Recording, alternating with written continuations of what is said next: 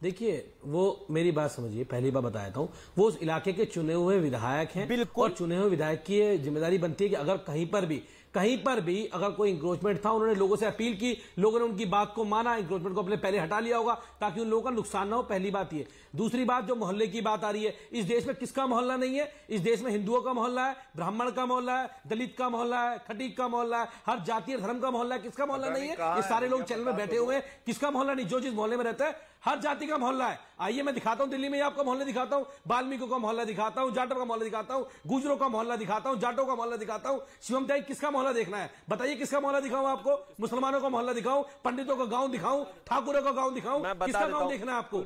सबका गांव है। लेकिन ये मैं मोहल्ले बता देता हूं, सुन लो। ये मोहल्ला त्यागियों का भी है, पंडितों का भी है, देवगन का भी है, लेकिन ये पूरे लेकिन उन मोहल्लों में पुलिस को ऐसे रोक नहीं दिया जाता, सबका है, बाहर नहीं फेंक दिया जाता, मस्जिदों के सामने पत्थर नहीं फेंके जाते, जब ताजिया निकल रहा होता है उन पर पेट्रोल बम नहीं फेंके जाते, जब पुलिस कार्रवाई करने जाती है उनको रोक नहीं दिया जाता, आतंकवादियों को पनाह नहीं दी जाती, और ऐसे मोहल्ले नहीं रह सकते। कैसे मिनी पाकिस्तान हो सकता है?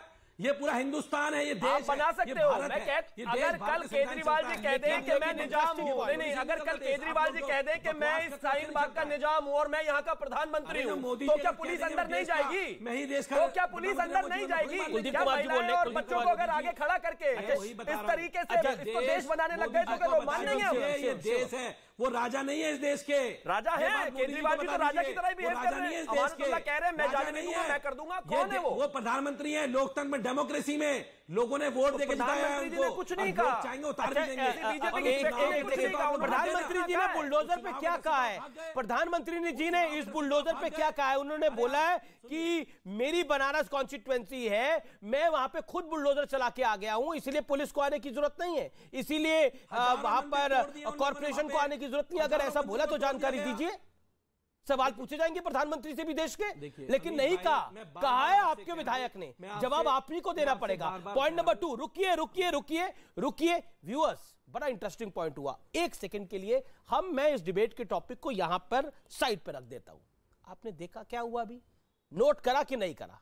आपने शायद नोट नहीं करा, लेकिन मैंने नोट करा और आप लोगों के साथ में ये साझा करना चाहता हूं। अभी क्या बात हुई देखिए, दलितों का मोहल्ला है, ब्राह्मणों का मोहल्ला है, ठाकुरों का मोहल्ला है, देखिए पंडितों का मोहल्ला है, बनियों का मोहल्ला है, यानी गुप्ताओं का मोहल्ला है, ये बोला गया, सब कुछ बोला गया इसी कार्यक्रम के अंदर। दूसरी तरफ क्या बोला गया? देखिए फिर मुसलमानों का भी मोहल्ला है। क्यों? वहां शिया का मोहल्ला नहीं है, वहां सुन्नी का मोहल्ला नहीं है, वहां अहमदिया का मोहल्ला नहीं है। ऐसी वोट बैंक में कहा जाता है मुस्लिम यादव, एमडी, मुसलमान दलित। ये जो गेम है ना, ये गेम बड़ी खराब है।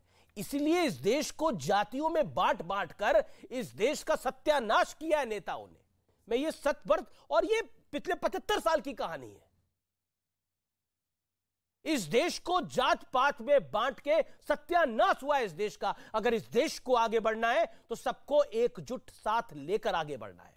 ये सबसे इंपॉर्टेंट पॉइंट है। Gaurav Bhatia, react what Kuldeep Kumar said and Aziz Khan said quickly. Gaurav ji, देखिए, विरोधाभास इनके तर्कों में इतना है कि कभी कभी हंसी आती है कि ये लोग क्या तर्क देते हैं। इन्होंने कहा मुसलमानों को टारगेट किया जा रहा है, तो क्या ये मान रहे हैं आपके चैनल पे कि जो अतिक्रमण होता है ये सब मुसलमान ही करते हैं? ये तो मुसलमानों का भी अपमान है। दूसरी बात, जो अतिक्रमण हटाने की ड्राइव चली है अमीर जी, मेरी जानकारी में Shaheen Bagh, New Friends Colony, Lodhi Road, Amar Colony, Kalindi Kunj, इन सब कॉलोनियों में चलनी है। तो क्या ये कहना चाह रहे हैं यहां सिर्फ मुसलमान रहते हैं, यहां और कोई नहीं रहता है? दूसरी बात, ये विधायक कैसे हैं आप बताइए? विधायक का काम तो जो है लॉ लाना है, इनैक्ट करना है, असेंबली जाते नहीं है और ये कहते हैं ताहिर हुसैन एक मुसलमान है इसलिए उसे मुसलमान होने की सजा दी जा रही है।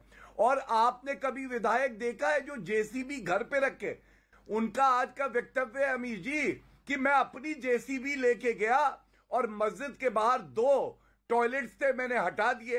अरे विधायक जो है, जो एजेंसी होगी उसको बताएगा या अपनी जेसीबी ले जाएगा? और डर लगना चाहिए था इनको रोहिंग्या से, जी। आतंकियों से, गौरव, लेकिन एक सवाल होगा, बुलडोजर से, एमसीडी चुनावों से पहले क्या ये एक आरोप है विपक्ष का कि आप हिंदू मुसलमान करना चाहते हैं, आप पोलराइज करना चाहते हैं चुनाव को, यह आरोप है। एमसीडी चुनावों से पहले रोहिंग्या आपको याद आ रहा है, यूपी चुनाव से पहले 80-20 कर रहे थे। आपको तथ्य दे देता हूं, मैं आपको तथ्य दे देता हूं। ये दिल्ली हाईकोर्ट में मामला कब से चल रहा है आपको मालूम है? और कितनी डिमोलिशन ड्राइव, अतिक्रमण हटाने के लिए ड्राइव करी है हमने, कई हुई हैं। और जब ये कहते हैं ये पीडब्ल्यूडी की सड़क है, अमानतुल्लाह खान, तो ये मान रहे हैं कि पीडब्ल्यूडी की सड़क पर अतिक्रमण है और ये नहीं हटा रहे, क्योंकि ये तुष्टीकरण की राजनीति करते हैं। ये बुलडोजर का धर्म देखते हैं, ये घुसपैठियों का धर्म देखते हैं, जो अतिक्रमण करता है उसका धर्म देखते हैं, आतंकवादियों का धर्म देखते हैं, पत्थरबाजों का धर्म देखते हैं। जवाब आपत्तिजनक है। Okay, Aziz Khan wants to respond, Kapil wants to, Kuldeep Kumar wants to respond. Okay, Aziz Khan first. अरे शुक्रिया जी सर। देखिए 2-3 सवाल है। देखिए गौरव भाटिया ने कहा कि अतिक्रमण कई जगह हुआ, कालिंदी कुंज अभी नाम लिया इन्होंने, श्रीनिवासपुरी, गुरुद्वारा रोड। मैं जानना चाह रहा हूं क्या वहां भी रोहिंग्या लोग हैं? क्या रोहिंग्या वहां पर भी रह रहे हैं या नहीं रह रहे, केवल शाहीन बाग में है या जहांगीरपुरी में है? ये पहला सवाल मेरा है। दूसरा सवाल ये मेरा है कि अगर वाकई में शाहीन बाग के लोगों ने खुद अतिक्रमण हटा लिया, इंक्रोचमेंट खत्म कर दिया तो विरोध, और अगर अतिक्रमण है तो विरोध। सवाल इस बात का कि आखिर आप साबित क्या करना चाहते हैं? साबित क्या करना चाहते हैं कि अगर खुद लोग वहां से हटा रहे उसके बावजूद भी आप विरोध कर रहे हैं? जो लोग अतिक्रमण कर रहे थे, इंक्रोचमेंट कर रहे थे, उसके खिलाफ भी आप हैं। तो जाहिर सी बात है आपकी जो नीयत है वो मुनासिब नहीं है, क्योंकि आप हिंदू और मुसलमान को आपस में लड़ाना चाहते हैं, माहौल को गर्म करना चाहते हैं। गौरव भाटिया जवाब, आप माहौल को खराब करना चाहते हैं, यही आम आदमी पार्टी के लिए, यही सियासत से माहौल को खराब। अमीश भाई मुझे 10 सेकंड दीजिएगा। जी दूंगा मैं कुलदीप जी आपको। अरे देखिए, जिनके समय में मुजफ्फरनगर दंगा हुआ हो और जो केवल मुआवजा मुसलमानों को दे रहे हो, वो क्या सिखाएंगे कि सौहार्द कैसे बना रहता है? लेकिन मेरा ये सवाल है, ये कौन तय करेगा कि अतिक्रमण? जो मैंने सवाल किया रोहिंग्या पे, वो सवाल का जवाब दीजिए। कोर्ट करेगा। आप जाओ रोहिंग्या पर मैंने सवाल किया, गौरव जी उसमें जवाब दीजिए। क्या रोहिंग्या कालिंदी कुंज में है, श्रीनिवासपुरी में है, गुरुद्वारा रोड पर है या नहीं है? आप ये बताइए। आपकी छाती फट जाएगी, वहां पर इंक्रोचमेंट क्यों? वहां पर आप क्यों? मेरी बात सुनिए, मैं बता रहा हूँ, सुनिए ना, आप सुनोगे तो बताऊंगा। जो सवाल मैंने पूछा उसका जवाब दीजिए। इनकमिंग कैसे आएगी? अरे क्या सुनेंगे आप? इधर की बातें कर रहे हैं। एक मिनट बात करिए। जो मैंने सवाल पूछा उसका जवाब दीजिए। देख रहे हैं आउटगोइंग ऑन है, इनकमिंग नहीं। उत्तर तो दे ही नहीं रहे। अरे सुनिए तो उत्तर दूंगा ना। उत्तर नहीं दे रहे। अरे आप भटका रहे, देश को भटका रहे, मुद्दे से भटका रहे हैं। आज जो समस्या देश में है उस समस्या में नहीं चर्चा करना चाहते। बांग्लादेश से आज देश की जो समस्या है, महंगाई, बेरोजगारी, तमाम बड़ी बड़ी समस्या है, उस पर चर्चा नहीं करना चाह रहे। आप अननेसेसरी बुलडोजर की बात कर रहे हैं। अरे आपको तो हटा दिया जनता ने, 5 साल से ऊपर हो गया, कब्र में लटके हुए हैं। अरे भाई आपको तो चुन लिया जनता ने, पेट में हाथ नहीं, आपको जनता ने चुन लिया, आपको जनता ने चुन लिया, तो अवैध काम करिए आप। हाँ चुना, क्योंकि हमने मेहनत करी, हम गरीबों के साथ खड़े हुए, और आपने केवल कर रहा हूँ, आपको बेनकाब कर रहा हूँ, रखना चाहता हूँ। अजीज भाई देखिए, आपको बड़े शेरो शायरी आती है, हमें तो आती नहीं है, लेकिन बेनकाब तो आप पहले भी कर रहे थे। मैं सुना देता हूँ एक शेर। अच्छा गौरव जी भी सुनाएंगे? अरे सुनिए ना अमीश भाई। अरे मैं अजीज भाई आपसे एक सवाल पूछना चाह रहा हूँ, मतलब मैं आप लोगों के कॉन्फिडेंस की दाद देता हूँ एक बात कि 1 महीना पहले भी आप बेनकाब कर रहे थे, लेकिन वो 1 महीना पहले आप खुद बेनकाब हो गए और उसके बाद फिर बेनकाब उतार करने के लिए मैदान में उतारे। सर सुनिए ना। अच्छा एक अजीज खान मोहब्बत से सवाल पूछ रहा हूँ। अजीज खान इतनी मोहब्बत से आपसे सवाल पूछ रहा हूँ, अरे मौका तो दीजिए अजीज खान। आप हमारे अजीज हैं, सभी सवाल पूछ रहा हूँ। हाँ, आपने बोला मैं बेनकाब करने के लिए, एक महीना पहले भी आप बेनकाब करने के लिए मैदान में उतरे थे। एक शेर बेनकाब कौन उतर गया हो गया जी? अब बेनकाबी भी एक शेर पर दीजिए। जो 10 मार्च को नतीजे आए हैं, बेनकाबी भी एक शेर पर दीजिए। सुनाया नहीं था उस दिन। शहरों की तबाही के लिए कोई कानून नहीं, जिल्ले इलाही के लिए। आज कानून का राज खत्म हो गया। आज संविधान की धज्जियां उड़ाई जा रही है अनीस भाई। ये संविधान की बात नहीं करते, ये लोकतंत्र की बात नहीं करते, ये हिंदू और मुसलमान को आपस में लड़ा करके ये कौमी इत्तेहाद में कहीं ना कहीं प्रहार कर रहे हैं। ठीक, ये कौमी इत्तेहाद को तोड़ने का प्रयास कर रहे हैं। अब अजीज खान अब हुआ गौरव जिले इलाही के बारे में आप कुछ कहना चाहते हैं? शेर का जवाब शेर से देता हूं गीदड़ को। देखिए ऐसा है, अर्ज किया है इनके लिए, शक न कर मेरी इन खुश्क आंखों पर, शक न कर मेरी इन खुश्क आंखों पर, यूं भी आंसू बहाए जाते हैं।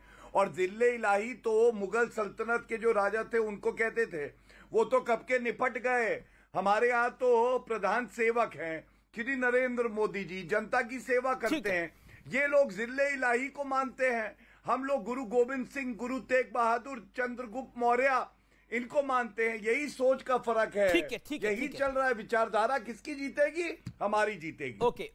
ओके कुलदीप कुमार, बीजेपी एक बड़ी लाइन खींच रही है कि हमारी विचारधारा भारत की विचारधारा है, हमारी विचारधारा चंद्रगुप्त की विचारधारा है, हमारी विचारधारा वंदे मातरम की विचारधारा है। आप इस नैरेटिव को कैसे ब्रेक करेंगे जब आप बोलेंगे कि बीजेपी हिंदू मुसलमान करने की कोशिश कर रही है और अमनतुल्ला खान के साथ? बताइए। देखिए, पहली बात तो ये कि मैं एक बात कहता हूं कि बुलडोजर तो बहाना है, असलियत में तो भाजपा वालों को पैसा कमाना है। 15 साल में जो दिल्ली की जनता को लूट लूट के इन्होंने पैसा कमाया है, अब उसको और बढ़ाना है आगे। चुनाव का समय इनका करीब आ गया है, इनकी बारी खत्म हो चुकी है, लेकिन अब चाह रहे हैं कि 20 दिन में जितना लूट पाए दिल्ली के लोगों को उतना लूट लें। और आज दिल्ली की लाखों कॉलोनियों के लोगों को लूटने का काम भारतीय जनता पार्टी करने का काम कर रही है।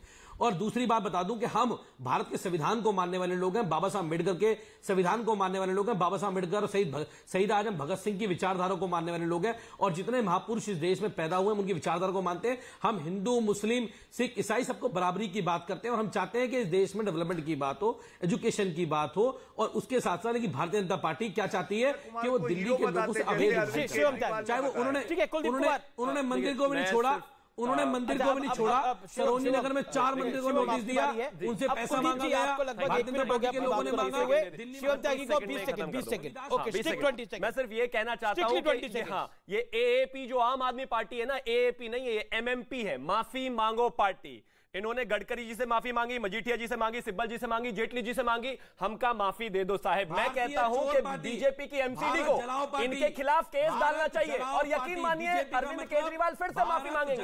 ये घोटालों का आरोप लगा रहे हैं। अगर एमसीडी वाले इसको देख रहे हैं, बीजेपी वाले, तो इनके खिलाफ केस करना चाहिए। ये माफी मांगते रहते हैं आए दिन, हमका माफी दे दो, टीवी पर बैठकर घोटाला घोटाला। कोई पेपर है?